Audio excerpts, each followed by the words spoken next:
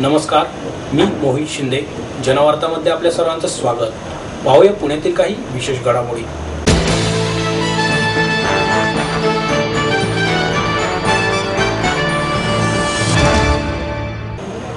Toll विरोधात 12 February रोजी राज्यभर रास्ता रोको करणार असल्याची घोषणा मनसेचे अध्यक्ष राज ठाकरे यांनी पुण्यात केली.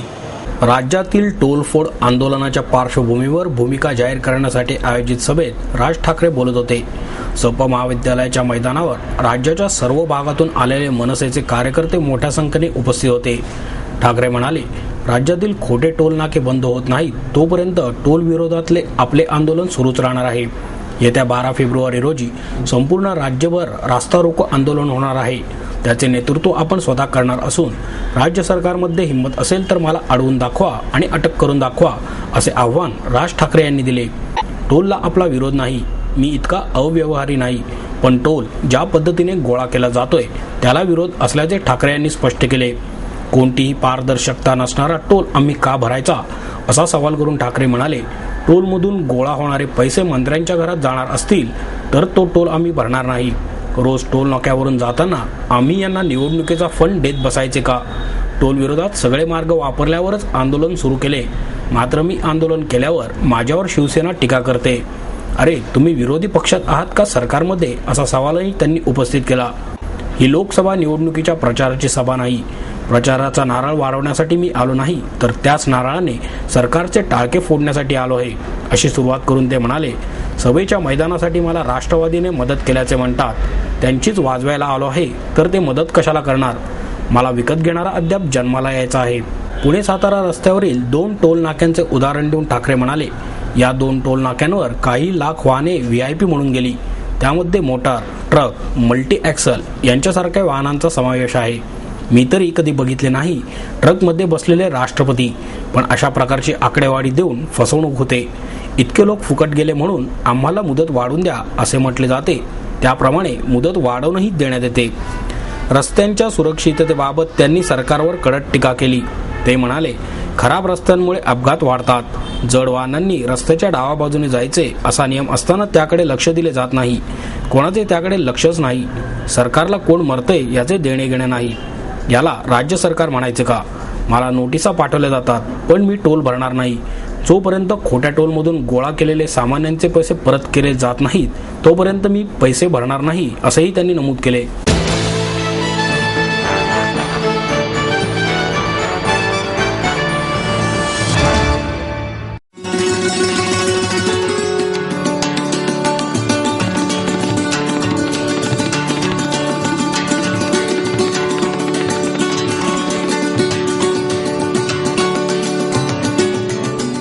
माहेर सोडून सासरी आले.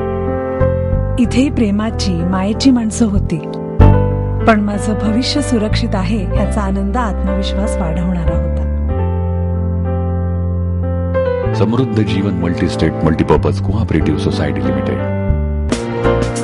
गुंतवणूक भावनांची, आनंद लक्षावधीचा. Samruddha Jeevan multistate multipurpose cooperative society limited.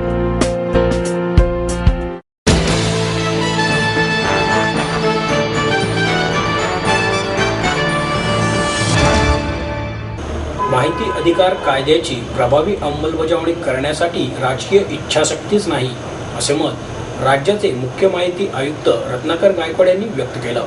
सजग नागरिक मंचाच्या वतीने 2013चा सजग नागरिक माहिती अधिकार पुरस्कार संगमनेर येथील गणेश बोराडे यांना गायकवाड यांच्या हस्ते प्रदान करण्यात आला. यावेळी मंचाचे विवेक वेलणकर, प्रल्हाद कचरे आदी उपस्थित होते. गायकवाड म्हणाले, माहिती अधिकार कायद्यामुळे प्रशासनात पारदर्शकता निर्माण झाली असून आम्ही राज्यकर्ते आहोत ही नोकरशाहीची भावना काही प्रमाणात कमी झाली आहे. मात्र या कायद्याची प्रभावी अंमलबजावणी करण्यासाठी राजकीय इच्छाशक्तीच नाही, असे मत व्यक्त करून ते पुढे म्हणाले, माहिती अधिकार कायद्यामुळे नागरिकांमध्ये जागरूकता निर्माण झाली. प्रशासनात पारदर्शीपणा आणून भ्रष्टाचार कमी करणे या कायद्यामुळे शक्य झाले आहे. मात्र हा कायदा राबवण्यात राजकीय इच्छाशक्ती कमी आहे. राज्यातील माहिती आयुक्तांच्या 7 पैकी 4 जागा रिकाम्या आहेत. त्यामुळेच माहिती अधिकार कार्यकर्त्यांनी पुढाकार घेऊन नागरिकांमध्ये जागरूकता निर्माण करणे आवश्यक आहे. माहिती मागवताना ती माहिती समाजहितासाठी असल्याची आणि त्यामुळे भ्रष्टाचार बाहेर पडू शकेल अशी असावी. माहिती मिळाल्यानंतर काय केले पाहिजे याचे ज्ञानही माहिती अधिकार कार्यकर्त्यांनी नागरिकांपर्यंत पोहोचवणे गरजेचे आहे. गणेश बोराडे म्हणाले, माहिती अधिकारातून समाजहिताच्या गोष्टी आणि चांगले बदल होऊ शकतात हे जाणवले. त्यामुळे या कायद्या अंतर्गत बोगस डॉक्टरांची माहिती मागवली. त्यातून अनेक बोगस डॉक्टरांची माहिती मला मिळाली. त्यांच्यावर गुन्हे दाखल झाले आहेत असेही त्यांनी सांगितले.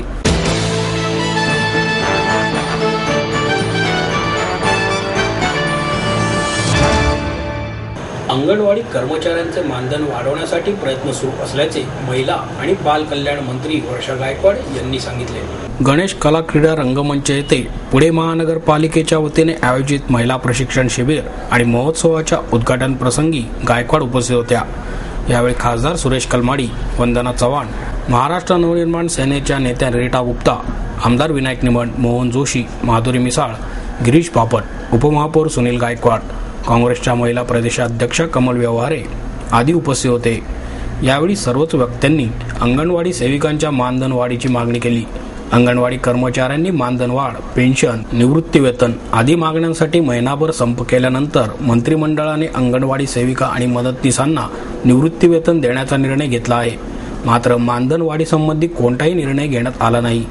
यासंबंधी मंत्री गायकवाड म्हणाल्या, अंगणवाडी कर्मचाऱ्यांना मानधनवाढ देण्याचे प्रयत्न सुरू असून महिला आणि बाल कल्याण विभागाकडून मानधनवाढीची फाईल अजित पवार यांच्याकडे देण्यात आली आहे.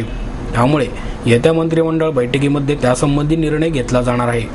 तसेच येत्या काळात 56,000 सेविकांच्या नव्याने जागा भरणार असल्याचेही त्यांनी सांगितले. खासदार चव्हाण म्हणाल्या, परदेशामध्ये महिलांना आरक्षण नाही, त्यांचा आवाज दाबला जात असून अन्य देशांपेक्षा भारतामध्ये सर्वाधिक महिला राजकारणामध्ये आहेत असेही त्यांनी नमूद केले.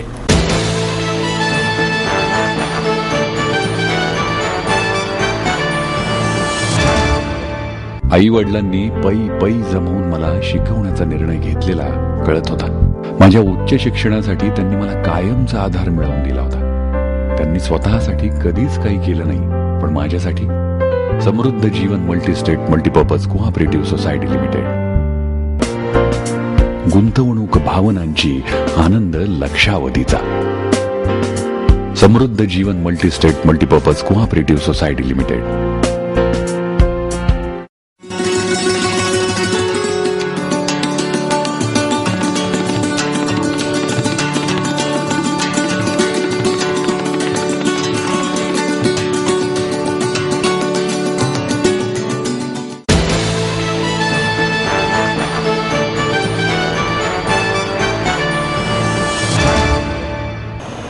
बालग्राम बाबतची बैठक येत्या 12 फेब्रुवारीला मुंबईत होईल असे आश्वासन राज्याच्या महिला आणि बाल कल्याण मंत्री वर्षा गायकवाड यांनी दिले. अनाथ मुलांचे घर असलेला येरवडा येथील SOS बालग्राम संस्था बंद करण्याचे आदेश महिला आणि बाल कल्याण विभागाच्या आयुक्तांनी दिले आहेत. या निर्णयाविरोधात बालग्रामच्या माजी विद्यार्थ्यांनी बेमुदत उपोषण सुरू केले आहे. राज्याच्या महिला आणि बाल कल्याण मंत्री गायकवाड एका कार्यक्रमानिमित्त पुण्यात आलेल्या असताना या संस्थेतील मुलामुलींनी त्यांची भेट घेऊन हा निर्णय मागे घेण्याची विनंती केली. जोपर्यंत हा निर्णय मागे घेतला जात नाही तोपर्यंत उपोषण सुरूच राहील असे या मुलांनी गायकवाड यांना सांगितले. बालग्राम ही अत्यंत जुनी आणि नावाजलेली संस्था असून तातडीने ही संस्था बंद करू नये अशी मागणी शहरातील सर्वपक्षीय आमदारांनी गायकवाड यांच्याकडे केली. भाजपचे आमदार गिरीश बापट, काँग्रेसचे आमदार विनायक निमण, मोहन जोशी यांनी गायकवाड यांची भेट घेऊन याबाबत चर्चा केली. ही संस्था बंद करून येथील 9.5 एकर जमीन ताब्यात घेण्यासाठी हा घाट घातला जात असल्याचा आरोप होत आहे. या संस्थेमध्ये लैंगिक शोषणाची घटना उघडकीस आली होती, तर काही महिन्यांपूर्वी 8 वर्षांच्या मुलींचा दुर्दैवी मृत्यू झाला होता. या दुर्दैवी घटनेनंतरही संस्थेच्या हलगर्जीपणाचे कारण पुढे करत राज्याच्या महिला आणि बाल विकास आयुक्तांनी या संस्थेची नोंदणी रद्द केली आहे. माजी विद्यार्थ्यांनी सुरू केलेले उपोषण मागे घ्यावे. बालग्रामबाबत निर्णय घेण्यासाठी 12 फेब्रुवारीला शहरातील सर्वपक्षीय आमदारांशी चर्चा करून त्यानंतरच निर्णय घेतला जाईल असे आश्वासन गायकवाड यांनी शहरातील आमदारांना दिले. दरम्यान या सर्व घडामोडीनंतर या मुलांचे स्थलांतर करण्यात आले होते ते थांबवण्यात आले. याआधी ज्यांचे स्थलांतर केले होते त्यांना संस्थेत परत आणण्याची प्रक्रियाही सुरू झाली आहे. याबाबत अण्णा हजारे यांची भेट उपोषणकर्त्यांनी घेतली असून हजारे यात लक्ष घालणार आहेत. बुधवारी होणाऱ्या बैठकीत या संस्थेची मान्यता रद्द होईपर्यंत उपोषण चालूच ठेवणार असल्याची भूमिका विद्यार्थ्यांनी घेतली आहे.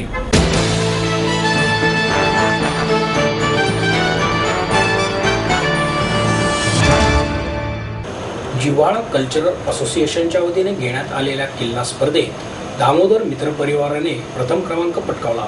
सिंहगड सांस्कृतिक महोत्सवात आमदार मोहन जोशी यांच्या हस्ते या स्पर्धेचे बक्षीस वितरण करण्यात आले.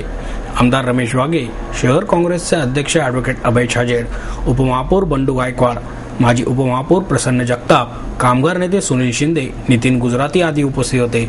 पुणे ही सांस्कृतिक राजधानी आहे. अशा महोत्सवांमधून समाज प्रबोधनाबरोबरच मनोरंजन आणि सामाजिक एकता जोपासण्याचे काम केले जात असल्याचे जोशी यांनी यावेळी सांगितले. असोसिएशनच्या वतीने घेण्यात आलेल्या किल्ले स्पर्धेतील यशस्वी स्पर्धकांना बक्षीस वितरण करण्यात आले. त्यात प्रथम क्रमांक दामोदर मित्र परिवार, द्वितीय दीपक गुजर, तृतीय क्रमांक स्वामी विवेकानंद मंडळाला मिळाला.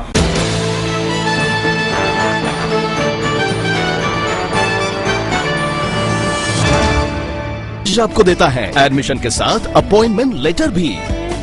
बी civil, computers, electronics, electronic and telecommunications, IT and mechanical. MA Computers, Electronics, IT and Mechanical, Diploma Engineering, Mechanical and Computer, MBA Finance, HR and Marketing, BCA, BBA, MBA and MCA for Engineering और साथ ही D.Pharm, B.Pharm और M.Pharm भी. Siddhant International School CBSE from nursery to 5th standard, Siddhant College. Transport एवं hostel facility, 22 एकड़ का विशाल campus, AICT Delhi और Pune university द्वारा मान्यता प्राप्त.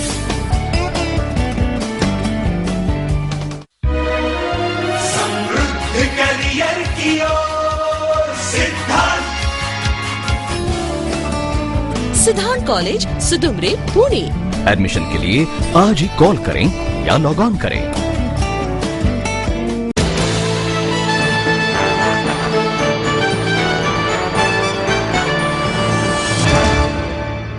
वेतनवाढीच्या मागणीसाठी 10 लाख बँक कर्मचारी 2 दिवसांच्या देशव्यापी संपावर गेले आहेत. या 2 दिवसांच्या संपामुळे बँकांचे कामकाज ठप्प पडले आहे. मुख्य श्रम आयुक्तांसमक्ष 6 फेब्रुवारी रोजी झालेल्या बैठकीत वेतनासंदर्भातील प्रस्तावावर कोणताही ठोस निर्णय झाल्याने 10 फेब्रुवारीपासून 2 दिवसांचा संप पुकारला असल्याची माहिती युनायटेड फोरम ऑफ बँक युनियन्सचे संयोजक MV मुरली यांनी दिली. देशाची सर्वात मोठी बँक भारतीय स्टेट बँकसह अन्य बँकांचे कर्मचारी संपावर जाणार असल्याने गैरसोय होईल हे ग्राहकांना आधीच सांगण्यात आले होते, असे संपकरी कर्मचाऱ्यांच्या नेत्यांनी स्पष्ट केले. या संपात All India State Bank Officers Federation आणि All India State Bank of India Staff Federation सामील झाले आहेत.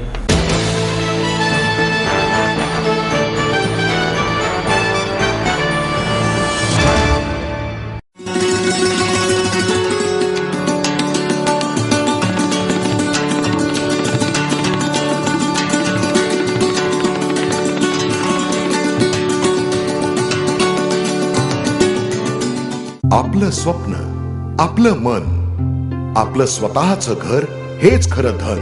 समृद्ध जीवन पार्क सादर करत आहे 140 फ्लॅट्सची एक प्रशस्त गृह योजना. कात्रज कोंढवा रोडवर बिबवेवाडीपासून फक्त 2 किलोमीटर अंतरावर आपल्या आर्थिक गणितात बसणारे 1 व 2 BHK फ्लॅट्स. तब्बल 3 मजली पार्किंग सह ऐस पैस गार्डन, क्लब हाऊस आणि इतर सुविधांनी सुसज्ज.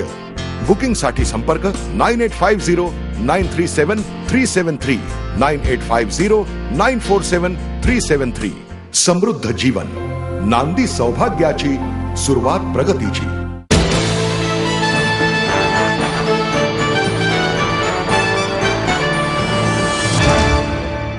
आणि याबरोबरच हे बातमीपत्र संपलं. पुन्हा भेटूया उद्या याच वेळी. नमस्कार.